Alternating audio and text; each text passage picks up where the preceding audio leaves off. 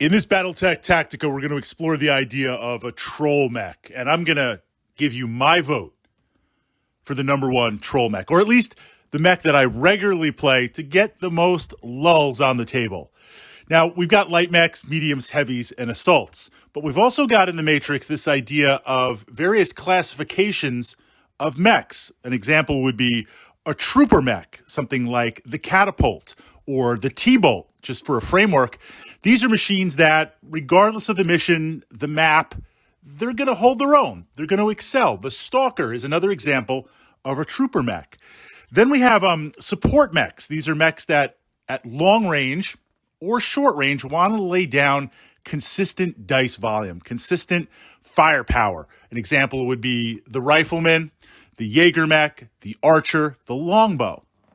And then we've got machines that are focused on brawling, getting up close, autocannon 20s, fists, working your way through and classifying the various mechs to build that lance and get that Tactica. Troll mechs. These are machines that they're just there for the lulls, and they can be pretty annoying with how they work, and they're often underestimated. This idea in Battletech, and it's a little bit different. This framework is important for the new players. It's a little bit different compared to other more modern sci-fi war games where we have ideas like optimization, the meta, theory hammer, math hammer, where you kind of look at the best units and say, based within the rules, these units excel. It's about massive, massive optimization.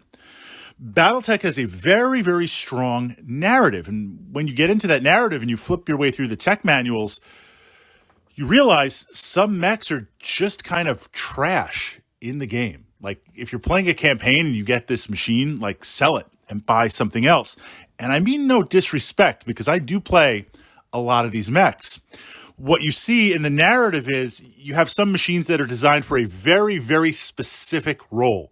Two examples, the Firestarter or the Vulcan. Firestarter is its namesake. Lots of flamers to burn stuff out. If you find yourself on a desert map, you're kind of in trouble. A previous battle, we drew lances, and I decided, hey, I'm going to take a Firestarter, but we didn't know the map we were going to play on yet. Literally, it was a desert map. There was nothing, absolutely nothing to burn. Likewise, you find some mechs that are very, very specialized, like the Vulcan, to go up against infantry and tanks. So that makes sense. But then you have some mechs and machines that they're there to sell. The corporation is there to sell mechs. Mechs are out. It's the hotness. Who cares if it works? We're going to make tons of money on spare parts. So you have some machines that just... You understand the role, but A, it wasn't necessary, and B, other machines do it just as well for much less. An example of this is the Cicada. This is leading up to the troll mech. I've got to give you the classification because you're going to give me your top 10 troll mechs, and I'm going to be using some of those in the next upcoming games. The Cicada was like, well, look, we've got the Locust, we've got the Wasp, we've got the Stinger, various light bug mechs for recon. So, and they're selling well, they're doing well. But what if we make a recon mech that is a little bit heavier, a little bit more armor, costs more, we can sell more, and we'll give it slightly better weapons. We'll toss in a medium laser there and an extra small laser for the lulls. The Cicada is not a bad mech per se, but you can do the same stuff equally with much less lighter machines. So this idea was unnecessary. Okay, a troll mech. I regularly play this mech. The Charger, right? Recon's a dangerous place to be. So if we take an assault class mech, think about that. The C-Bills, the tech, an assault class mech, and give it a lot of little pop lasers, a blitz of small lasers, not an LRM pack, not a primary weapon, just lots and lots and lots and lots and lots of small lasers. Give it pretty good speed. Now, literally, for recon purposes, you have a machine that can just kind of waltz around and not have to worry about it. If I'm going to play this mech in that role, for the battle value, I can buy 2 or 3 other machines. Likewise, if it's a campaign, this machine, I'm better off stripping it down. It's an assault chassis, assault engine, assault armor, and turn it into a proper assault mech. And there is a variant that does that. So a troll mech is one that you take just to annoy your opponent, just to force them to deal with it, just to keep them a little bit occupied. And if you can do that, it's already paid itself back in C-bills. Now, I only take one of these machines. When I play a charger, I only take one. And it's a little bit unlike me because usually I will take multiples, right? Battletech, 1 is none, 2 is 1, 3 is some. You want to have that redundancy. So I like to take things in 2 or 3s, same with vehicles. But a troll mech, whatever that's going to be, you're there just to be annoying on the table, just to make it that focused, like dare someone to shoot at it. I don't want to put in a ton of battle value because if it gets blitzed and blown up, I'm down. But I also want to make sure I have my other bases covered. So you'll work out that battle value.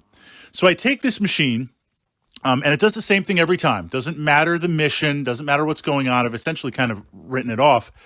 I run it up the left or the right side of the table of the hex map. Which side, so outflank, right? The side that has the least resistance along the way, the open space along the way. I don't want to slow down anything with any terrain, where if it's a traditional light mecha, I might kind of hide and take some movement penalties to move through terrain to hide myself or get those bonuses. I'm running all the way into your deployment zone. And then I'm hanging out there and hang out there for like a turn or two. See if you pull off some stuff to deal with me. See what happens. And then I'm running from the behind in your deployment zone right into the middle mashup of your forces. Now, not solo, at that point, my other forces, mechs and tanks and vehicles and infantry, they're all pushing forward and we're engaged. But now I've got this heavy assault mech literally just trying to punch and kick you and zap you with small lasers. And it's just as much chaos as it can possibly cause in that moment. And I call it a troll mech because I'm daring you to shoot at it. I'm daring you to deal with it. Or a lulz mech would be another kind of example on that. That's the framework. So turning it over to you, my fellow Battletech enthusiasts, mech warriors, mech commanders.